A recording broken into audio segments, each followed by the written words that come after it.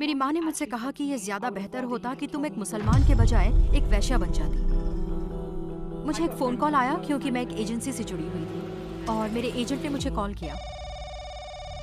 वो फोन पर ही मुझ पर चिल्लाने लगा, तुम अपने करियर पर क्यों लात मारी हो, ये तुम क्या कर रही हो। ये एक वर्ल्ड टूर था जिसमें होटल, फ्लाइट, सबका खर्चा उठाया जा रहा था, जो एक ख्वाब जैसा था। आप यहूदी तभी हो सकते हैं जब आपकी माँ यहूदी हो। मैंने कभी किसी को नहीं बताया कि हम यहूदी हैं। मुझे इससे काफी शर्मिंदगी महसूस होती थी, मालूम नहीं क्यों। आप हमें इस्लाम से पहले की स्टेज लाइफ और बतौर प्रेजेंटर अपने करियर के बारे में बता सकती हैं? मैं म्यूजिक इंडस्ट्री में थी और जल्द ही बहुत सी सेलिब्रिटीज से मेरी जान पहचान हो गई थी। ज्यादातर लोग जो कैमरा के सामने हंसते नजर आते थे, वही लोग बहुत ही दुखी, परेशान और कंफ्यूज्ड होते हैं, क्योंकि वो कैमरा के सामने सच में खुद नहीं होते हैं। ऐ खुदा, प्लीज अगर इस्लाम सच्चा है तो मुझे हिदायत दे। और मैंने खुद से कहा कि मैं अब और देर नहीं करूंगी, मैं कल भी मर सकती हूँ, मुझे मुसलमान होना होगा।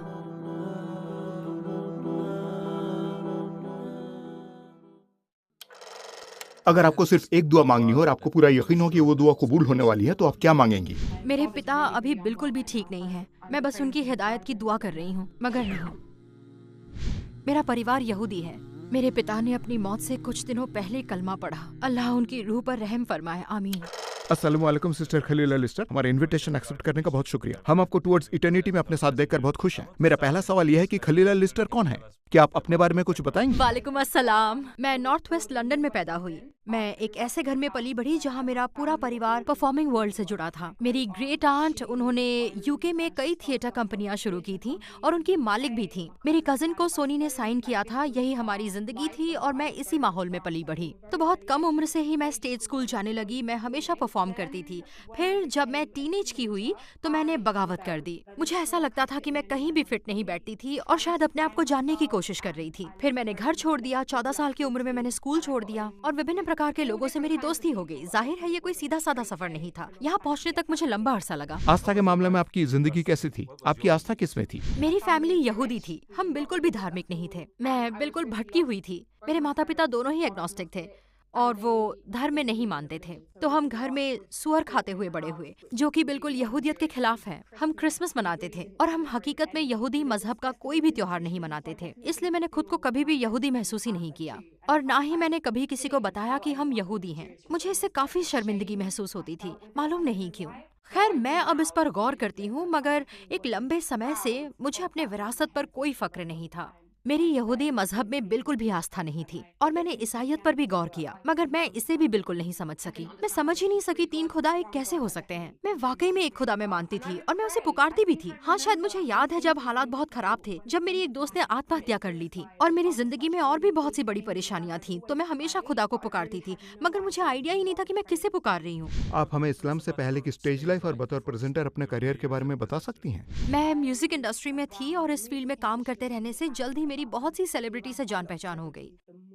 मैं जितना इन फील्ड्स में काम करती थी, जैसे कि उनमें से एक फील्ड था BBC वन एक्स्ट्रा और कैश FM, मैं रेडियो शोज में काफी बड़ी प्रेजेंटर थी और बहुत बड़ी बड़ी सेलिब्रिटीज को होस्ट करती थी। मैं हजारों ऑडियंस के सामने स्टेज पर जाती थी और यही मेरी कमाई का जरिया था, जो कि बहुत कम उम्र से शुरू हो गई थी। ये चकाचौंध और चमक दमक वाली जिंदगी थी। हालांकि वो वैसा नहीं था जैसा दिखता था, इसीलिए मैंने इसे जल्दी छोड़ दिया। अस्सलामुअलैकुम भाइयों और बहनों, हमें एहसास है कि इस वीडियो सहित हमारे 80% दर्शकों ने हमारे चैनल को सब्सक्राइब नहीं किया है। जैसा कि आप जानते हैं, हम एक अलाभकारी संस्था हैं और हमारी वीडियो पर विज्ञापन बंद है। टुवर्ड्स इटर्निटी सिर्फ एक यूट्यूब चैनल ही नहीं बल्कि एक मदरसा भी है। यहाँ हम खुद को और युवा पीढ़ी को इस्लामी ढंग से शिक्षित करने का प्रयास करते हैं। हमारे निवेदन की केवल एक ही वजह है, सच को फैलाना। ये भले ही एक छोटा सा कदम लगे, लेकिन इंशाअल्लाह ये हमें लाखों लोगों तक पहुँचने में मदद करेगा। अब चलिए लाइक और सब्सक्राइब बटन दबाते हैं और मिलकर इटर्निटी की ओर बढ़ते हैं।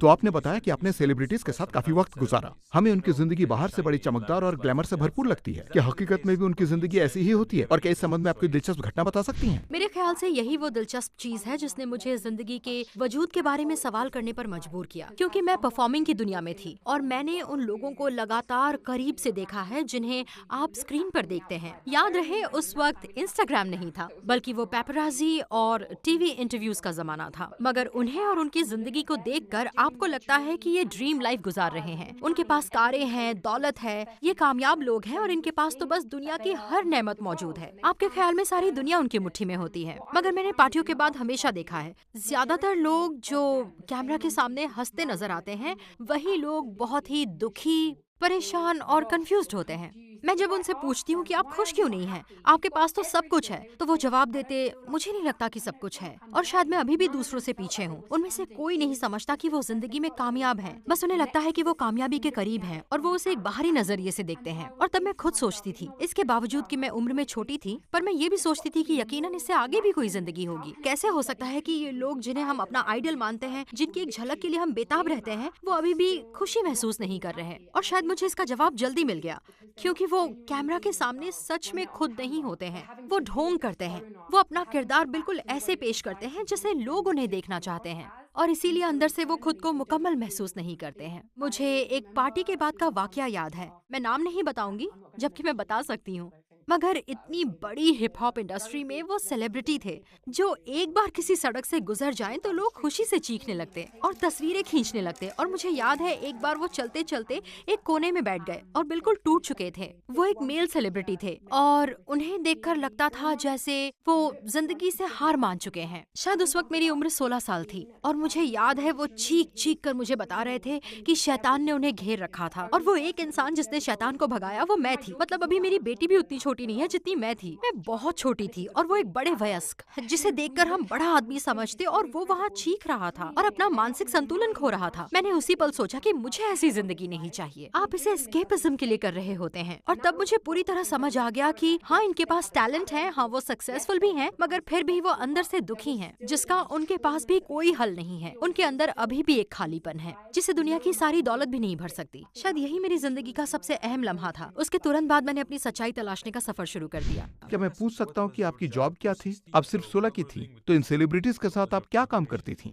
मैं बातचीत में माहिर थी, इसीलिए मुझे स्टेज होस्टिंग के लिए चुना गया था और मेरा अंदाज होता था कि अब इसके बाद बारी है और मैं उनकी बायोग्राफी बताती और मैं इसी तरह की बातें कहती। मैं behind the scene event management में भी थी, मदद करती, एक पीए की तरह नहीं, पर ये सुनिश्चित करने के लिए मदद करती कि आयोजन अच्छे से संपन्न हो और मेरी यही भूमिका थी। मैं छोटी थी मगर मुझे फौरन ही काम पर रख लिया गया। शायद मेरी फैमिली बैकग्राउंड और पैशन की वजह से मैं शायरी भी करती थी, जो मैं कभी कभी परफॉर्म भी करती थी। परफॉर्मिंग की दुनिया में मैं कई अलग अलग चीजें कर रही थी और मुझे आगे बढ़ना था। मेरे बहुत ऊंचे ख्वाब थे और मैं कामयाबी की ऊंचाइयों को छूना चाहती थी। किस चीज ने आपको अपने अकीदे पर सवाल करने पर मजबूर किया? आपने कहा कि आप पर उस सेलिब्रिटी का असर हुआ था, और क्या कोई वाकया या फिर कोई सोच इसकी वजह बनी? जब मैं सिर्फ 13 साल की थी, मेरे दादा का देहांत हो गया। मुझे उनसे बहुत लगाव था और मैं कहूँगी यही वो पहली बार था। उस दूसरे वाकये से पहले जब उनकी मौत हुई थी, ये बड़ा दर्दनाक लम्हा था। जब आपकी आस्था ना हो और कोई मर जाए तो लगता है सब कुछ खत्म हो गया। मुझे याद है ऐसा लगा था जैसे मेरे सिर पर अंधेरा छा गया हो और मुझे नहीं पता था कि वो कहाँ चले गए। क्या वो मुझे सुन सकते हैं? जरूर इसके आगे भी कुछ है। मैं सोचती थी क्या वो बस यहाँ मरने के लिए आए थे? और मुझे लगता है वो पहली बार था जब मैं 13 साल की होने वाली थी और तब मैंने गहराई से गौर करना शुरू किया कि यकीनन मेरी हैसियत इससे बढ़कर होनी चाहिए। पर उस वक्त मैं बागी मिजाज की थी।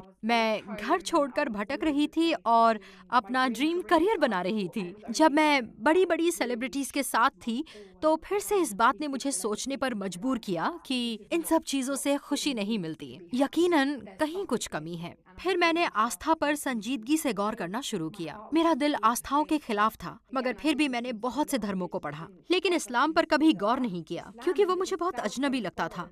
आपने इस्लाम के बारे में पहली बार कैसे सुना? इस्लाम से आपका पहला परिचय कैसा था? तो उस वक्त मेरी एक सबसे अच्छी दोस्त थी जो साउथ वेस्ट लंदन में मेरे साथ रहती थी। ज्यादातर समय हम एक ही क्षेत्र में थे। हमने साथ काम किया और वो मुसलमान हो गई थी और मुझे ये भी नहीं पता कि वो कैसे मुसलमान हो गई। मुझे सच में नहीं पता कि किस वजह से उसने इस्लाम कबूल किया, लेकिन वो मुस्लिम बन गई और उसने मुझे बताया भी नहीं। मैं इस्लाम के बारे में जानने की कोशिश कर रही थी। उसने मुझसे कहा मैं मुस्लिम बन गई हूँ और मैं पूरी तरह चौंक गई। मुझे यकीन ही नहीं हुआ। मैंने सोचा तुम अपनी जिंदगी बर्बाद कर रही हो। सच कहूँ तो यही ख्याल आया क्योंकि हम दोनों उसी दुनिया का हिस्सा थे। मुझे सच में लगा कि वो अपनी जिंदगी बर्बाद कर रही है, उसका करियर खत्म हो जाएगा, वो कुछ भी नहीं कर पाएगी। लेकिन फिर मैंने देखा कि वो कितनी बदल गई है। तो वो कौन सी चीज थी जिसने आपको इस्लाम के बारे में सोचने पर मजबूर किया? वो क्या था जिसने आपको समझाया और यकीन दिलाया कि शायद यही धर्म मेरे लिए सही है? जब मैंने आत्ममंथन की यात्रा शुरू की तो सबसे पहले मैंने यहूदी धर्म की ओर रुख किया क्योंकि वही मेरे लिए सबसे स्वाभाविक था, क्योंकि मेरे परिवार वाले यहूदी ही थे और मैं ये समझ ही नहीं सकी कि कैसे एक धर्म ये मान सकता है कि अगर आप उसमें पैदा नहीं हुए हो तो आप उसका हिस्सा नहीं बन सकते। और वैसे भी जो लोग खुद को सच्चे यहूदी कहते हैं वो यही कहेंगे कि तुम तभी यहूदी हो सकते हो जब तुम्हारी माँ यहूदी हो। तो ये खूनी हक है। और वो सच में मानते थे कि कोई और यहूदी नहीं बन सकता, कोई और इस धर्म में दाखिल नहीं हो सकता। तो मैंने खुद से सोचा, फिर इतनी सारी खूबसूरत संस्कृतियाँ, अलग अलग जातियाँ और इतने अच्छे खूबसूरत लोग इस दुनिया में क्यों हैं? क्यों? क्या सिर्फ इसलिए कि उन्हें जहन्नम में भेज दिया जाए? मैं ये बात समझ ही नहीं पाई और मैं इसे समझना भी नहीं चाहती थी। फिर मैंने दोबारा क्रिश्चियनिटी की तरफ देखा। मेरा दिल हमेशा हमेशा एकेश्वरवाद में था। हालांकि मुझे ये नहीं पता था कि असल में पैदा करने वाला कौन है। मैं समझ ही नहीं सकी 3 खुदा कैसे हो सकते हैं। वो मर गए लेकिन जिंदा है। मैं ये बात समझ ही नहीं सकी। और फिर आखिरकार जब वो मुस्लिम बनी और मुझसे बात करने लगी, जो बात मेरे दिल में जाकर बैठ गई थी वो ये थी कि कोई भी मुस्लिम बन सकता है। इससे फर्क नहीं पड़ता कि आप कहाँ से आए हैं या अपने जिंदगी में कितने गुनाह किए हैं। और मैंने सच में ये समझा कि ये ऐसा धर्म है जो आपको जज नहीं करता। जब तक आप एक खुदा पर ईमान रखते हो और सभी नबियों और रसूलों को मानते हो, हर किसी को एक मौका मिलता है। और मैंने बस यही सोचा, जरूर यही सच्चाई है। अगर हमारी मंजिल जहन्नम में ही होती तो खुदा हमें क्यों बनाता? तो फिर मुस्लिम बनने के लिए वो कौन सी बात थी जिसने आपको आखिरी कदम उठाने पर मजबूर किया? मैं दुआ करती रही। मैं तो फजर के वक्त भी अपनी दोस्त के साथ उठ जाया करती थी क्योंकि मैं उसी के साथ रह रही थी। वो मुसलमान होकर फजर की नमाज पढ़ती थी, वजू करती थी और मैं उसके पीछे बस बैठ जाती थी। मैं अपने हाथ उठाकर बस यही कहती, ऐ खुदा, अगर इस्लाम में सच्चाई है तो मुझे हिदायत दे। और मैं कोई निशानी मांगती रहती थी, बस कोई इशारा चाहिए था। अल्लाह जानता है कि किसे क्या चाहिए होता है। और फिर उस वक्त मुझे एक सपना आया और उस सपने ने मुझे अंदर तक हिला कर रख दिया। उस सपने में मुस्लिम होना गुनाह था और मैं उस सपने में मुस्लिम थी। मैं और बहुत से लोग जेल में थे सिर्फ इसलिए कि हम मुस्लिम थे, क्योंकि मुस्लिम होना वहाँ एक बहुत बड़ा जुर्म था। हमें कैद कर लिया गया था और जेल भारी भरकम बंदूकों से लैस गार्ड से भरी हुई थी। और वो जगह सच में बहुत डरावनी थी, काफी अंधेरी और पुरानी जगह थी। हर तरफ चूहे दौड़ रहे थे और अगर खुशकिस्मती से आपको बाहर निकाला भी जाता तो वहाँ चहलकदमी करने, दौड़ने या कसरत इत्यादि करने के लिए एक बड़ा सा कोर्टयार्ड था और आंगन के दूसरी तरफ एक बाड़ दिखाई देती थी और उस बाड़े के पीछे बहुत सारे मुसलमान थे और वो वहाँ सुरक्षित थे। गार्ड्स उन्हें छू भी नहीं सकते थे। वो सुरक्षित थे, उनके पास बैनर थे जिन पर लिखा था कि वो मुसलमानों को छुड़वाने के लिए विरोध प्रदर्शन कर रहे हैं और वो सुरक्षित जगह पर हैं। और वो चीख चीख कर कह रहे थे ला इलाहा इल्लल्लाह। और कुछ लोग वहाँ से भागने में कामयाब हो गए। जो वहाँ से निकल पाता वो आजाद हो जाता था। तो मैं योजना बना रही थी कि हम खुद को कैसे बाहर निकाल सकते हैं, सिर्फ अपने आप को नहीं बल्कि सभी को। तो मैंने सबको बताया कि हमें भेष बदल कर जाना होगा, ऐसा दिखना होगा जैसे हम मुसलमान नहीं है। मुझे ये याद नहीं कि हमने कैसे किया था या क्या पहना था, लेकिन मुझे इतना याद है कि मैं कोर्टयार्ड में बाहर आई और गार्ड्स को ये नहीं पता चला कि हम मुस्लिम हैं, पर वो सोचने लगे ये अजीब है, ये लोग कौन हैं। फिर वो अपने हथियारों के साथ हमारा पीछा करने लगे। मैं सबको कहने लगी कोई कुछ मत बोलो, वो जान जाएंगे हम मुसलमान हैं। और अचानक मेरे बगल में किसी ने कहा अल्हम्दुलिल्लाह और गार्ड समझ गए हम मुसलमान हैं। उसने अपनी बंदूक मेरी तरफ तान दी। वो बहुत बड़ी बंदूक थी। उसने मेरी ओर इशारा किया और गोली चला दी। और वो पल मुझे आज भी बिल्कुल साफ साफ याद है, जैसे अभी भी मेरी आंखों के सामने हो। गोलियां धीरे धीरे स्लो मोशन में बाहर आने लगी और उसी पल मुझे एहसास हुआ कि अल्लाह मुझे बचा सकता है। मैं इंसान से क्यों डर रही हूँ जब अल्लाह है, खुदा है जिसके पास हर चीज की ताकत है। तो मैंने अपने डर से किनारा कर लिया और मैंने अल्लाह पर भरोसा रखा और बोली अल्लाहू अकबर। मेरे आसपास के सब लोग चिल्ला उठे अल्लाहू अकबर। और वो गोली पलट गई और उस गार्ड की तरफ मुड़ गई। जो चीज मुझे सबसे ज्यादा छू गई वो ये थी कि उसी पल एक सांस की तरह हल्की नरम ताजी सी हवा आती है और वो हम सभी मुसलमानों को उठा लेती है, सभी को, और हमें ऊपर उठाकर उस बाढ़ के पार पहुंचा देती है। जब मैं जागी और अपने दोस्त को सपना बताया तो वो रोने लगी। मैंने कहा क्या हुआ? उसने कहा मुझे ध्यान है, मैं पहले भी कुरान में पढ़ चुकी हूँ। मुझे कुछ नहीं पता था, मैं हदीस नहीं जानती थी, मेरे पास इल्म नहीं था, बस इस्लाम से मोहब्बत थी। उसने कहा कयामत के करीब एक हवा चलेगी जो मुसलमानों की रूहों को बचाएगी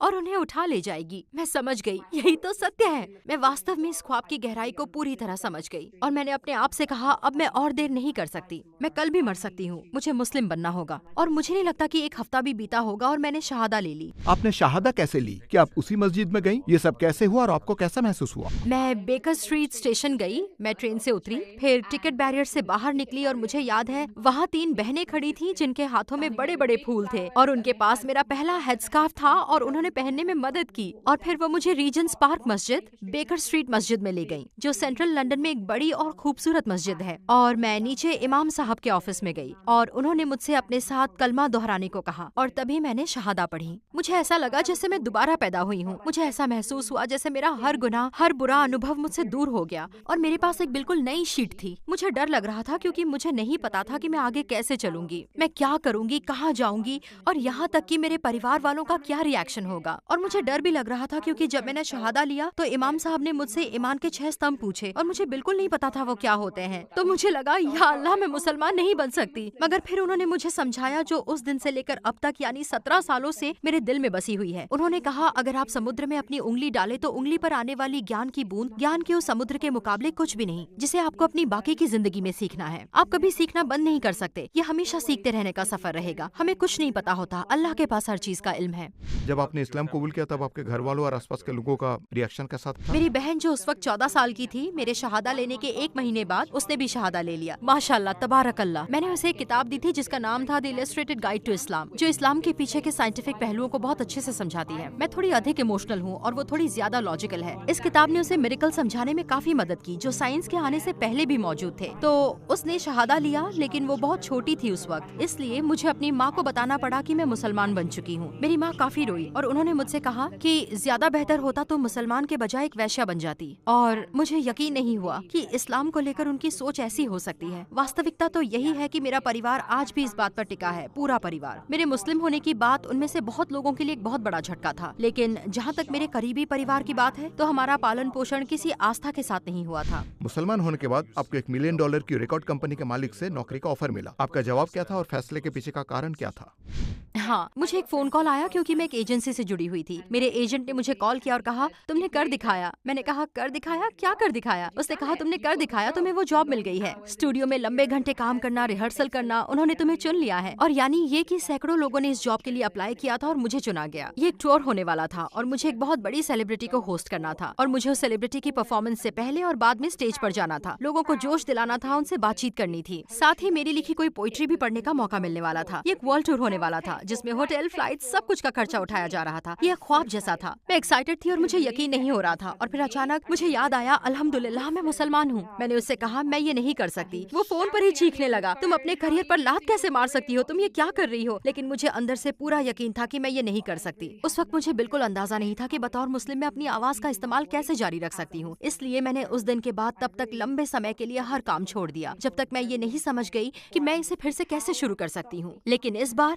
अल्हम्दुलिल्लाह बतौर एक मुस्लिम महिला, यानी मुसलमान होने के बाद आपकी करियर में एक गैप, एक विराम आ गया था, है ना? मेरा ख्याल है कि तकरीबन 14 साल पहले मुझे समझ आ गया था कि बात करने और अपनी आवाज को ताकत के साथ इस्तेमाल करने के और भी कई रास्ते हैं। इस तरह मैं टेडेक्स जैसे ड्रीम स्टेजेस पर गई जो कि बेहद शानदार प्लेटफॉर्म्स हैं। अल्हम्दुलिल्लाह मैं वहाँ पूरे पर्दे के साथ जाती थी और मैंने दुनिया के चंद बेहतरीन पब्लिक स्पीकर्स के साथ शुरुआत की। तो आपने टेडेक्स से बातचीत की, क्या आपको नकाब करने वाली टेडेक्स स्पीकर के तौर पर दिक्कतों का सामना करना पड़ा? क्या बातचीत से पहले या बाद में लोगों ने इसकी वजह से आपसे दिलचस्प सवाल पूछे, अलग रवैया अपनाया? टेडेक्स में मेरी बातचीत सेंटा बारबरा, कैलिफोर्निया में एक गैर मुस्लिम गोरे व्यक्ति के साथ थी। उन्होंने मुझसे कहा मुझे आज से पहले किसी मुसलमान औरत से बात करने का मौका नहीं मिला। मेरे ख्याल में उनका इलाका ज्यादा मल्टीकल्चरल नहीं था, कम से कम इतना तो था कि वहाँ ज्यादा मुसलमान नहीं थे, इसीलिए ये उनके लिए पहला मौका था। और वो टेडेक्स जिसमें मैंने बातचीत की वो उनका एक इंटरव्यू था। वो एक प्रोड्यूसर थे और उन्होंने हॉलीवुड में काम किया था और उनके लिए इंडस्ट्री में असीम संभावनाएं थी। और मेरे ख्याल में उनके दिमाग में इस्लाम के बारे में कुछ पूर्वाग्रह थे, क्योंकि उन्होंने मुझसे पूछा कि यहाँ आपकी बातचीत से आपकी कम्युनिटी कैसा महसूस करेगी और यहाँ आने पर उनका क्या रिएक्शन होगा। और उन्हें बहुत हैरानी हुई जब मैंने बताया कि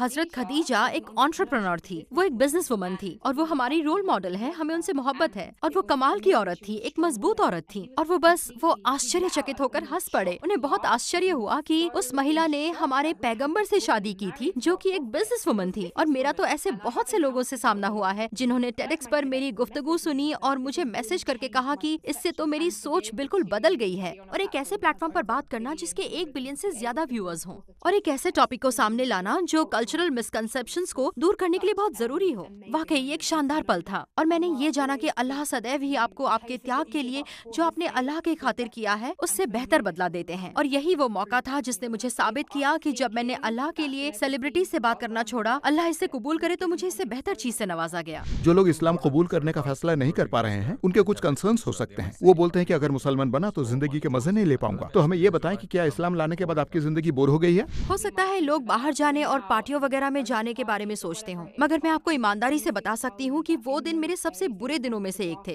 इसके बावजूद कि ये बाहर से बहुत खूबसूरत नजर आता था, बल्कि ऐसा बिल्कुल नहीं था, क्योंकि आपका अंदर खाली होता है। और यहाँ तक कि मुश्किल आजमाइशों में भी, तब भी जबकि मेरी शादी टूट गई और मुझे पता नहीं था कि बच्चों को फीड कहाँ से करूँ, और मैं बहुत बहुत संकट और बुरी सिचुएशन में थी। ये इस्लाम की रोशनी थी जिसने मुझे संभाला, जिसने मुझे जिंदा रखा। ईमान की खुशी की जगह कोई और चीज बिल्कुल नहीं ले सकती। इसकी तुलना तो किसी और चीज से हो ही नहीं सकती। हाँ, संघर्ष तो रहेगा हमेशा, ये जीवन एक परीक्षा है, मगर सच्ची खुशी ईमान में ही है, और पश्चिमी दुनिया की आजादी से इसकी तुलना नहीं हो सकती।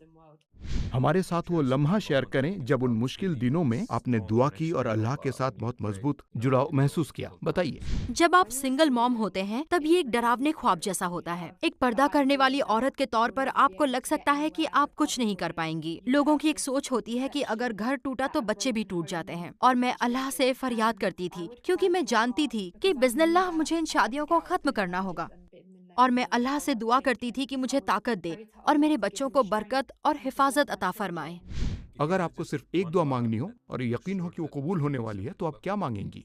मेरे पिता अभी बिल्कुल भी ठीक नहीं हैं। मैं बस उनकी हिदायत की दुआ कर रही हूँ। मगर नहीं, मुझे और मेरे परिवार और मेरे प्यारों को जन्नत नसीब फरमाए, आमीन। बस यही, मैं इस जिंदगी के लिए दुआ नहीं करना चाहती। ये जिंदगी बस एक इम्तिहान है। मेरी दुआ बस यही होगी, खास तौर पर मेरे पिता के बारे में, जिस हाल से वो गुजर रहे हैं। और मैं समझ चुकी हूँ हम जन्नत में अपने प्यारों से मिलने की कितनी चाहत रखते हैं। सिस्टर खलीला लिस्टर, आपके जवाबों के लिए बहुत बहुत शुक्रिया। हमने आपकी जिंदगी से बहुत कुछ सीखा। आमीन, जज़ाकल्लाह खैर। आपका शुक्रिया इस चैनल पर मुझे बुलाने के लिए, और जो बेहतरीन काम आप कर रहे हैं, अल्लाह कबूल करे।